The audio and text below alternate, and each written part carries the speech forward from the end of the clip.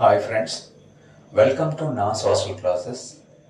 Friends, మనం fundamental రైట్స్లో first వీడియోలో మనం అవుట్ ఆఫ్ 6 రైట్స్లో 2 రైట్స్ మనం కంప్లీట్ చేసుకున్నాం. Now we are going to learn about the remaining 2 rights. What are they? The right to against exploitation. Next one is the right to freedom of religion. Right against exploitation. So this is 23rd article to 24. So 2 articles are there in this right. So now we can learn about the 23rd article. So right against exploitation lo 23rd article is telling prohibition of human trafficking and forced labor. So article 23 ప్రకారంగా human trafficking and forced లేబర్ని prohibit చేసింది, నిషేధించింది. ఏంటండి అంటే ఇది human trafficking and forced labour అంటే below 14 years ఉన్నటువంటి girl child or boy child. So should not selling and buying of men, women and children also, according to article 23rd. So no prostitution, no devadasi system and no slavery.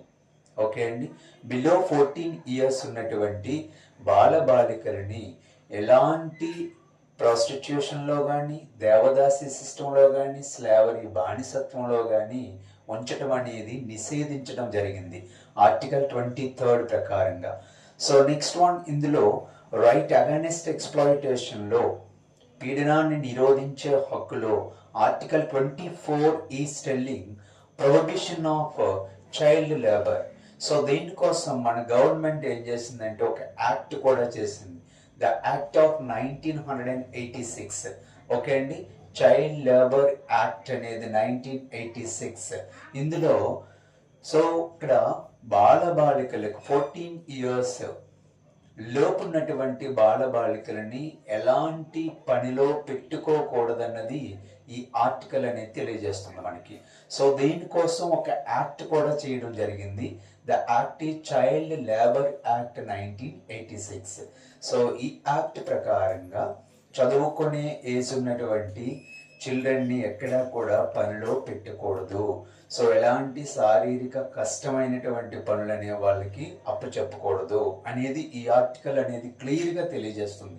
Okay అండి, article 24.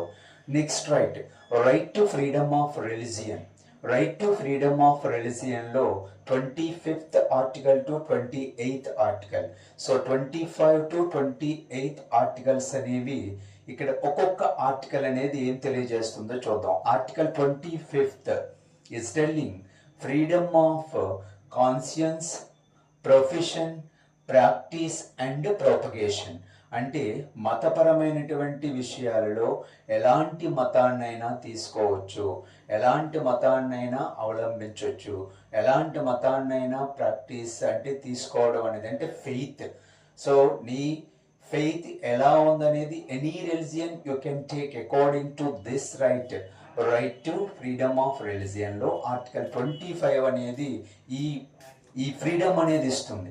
At the same time propagation అంటే ప్రచారం చేసుకోవచ్చు, నీ మత ప్రచారం అనేది ఎలాంటి మతాన్నైనా సరే నువ్వు ప్రచారం చేసుకోవచ్చు. Next article 26 is telling freedom of manage religious affairs.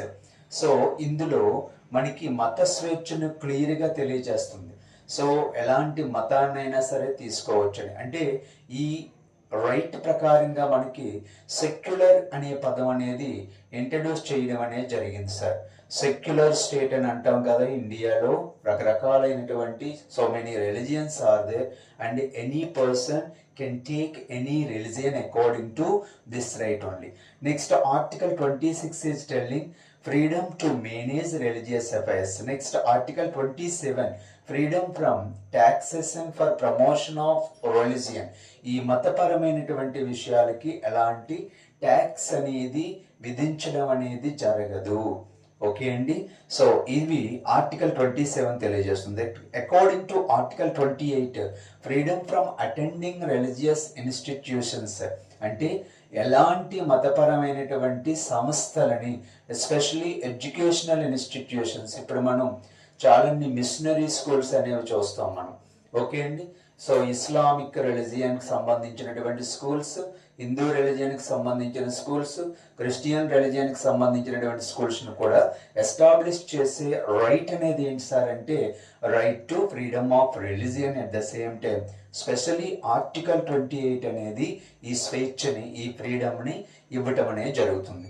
So friends, this is the information about right against exploitation and right to freedom of religion. So దీంతో మనకి 4 రైట్స్ని మనం కంప్లీట్ చేసుకోవడం అనేది జరిగింది. సో నెక్స్ట్ క్లాస్లో మనం రిమైనింగ్ 2 రైట్స్ అనేవి ఉన్నాయండి. ఆ రైట్స్ని ఎన్ని ఆర్టికల్ నుంచి ఏ ఆర్టికల్ వరకు ఉందనేది క్లియర్గా తెలియజేస్తాం. ఓకే అండి. మరొకసారి చూడండి. Right against exploitation 23rd to 24 article. Article 23 is telling prohibition of human trafficking and forced labour. పిల్లలు నమ్మటం కానీ, కొనటం కానీ ఇలాంటివి కూడా చేయకూడదు.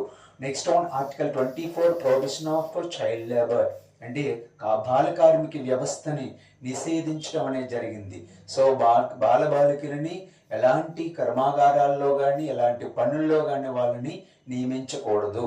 That act is the child labour act 1986. So right to freedom of religion. Next right ఏంటంటే 4th right 25th to 28 articles అనేవి ఉన్నాయి.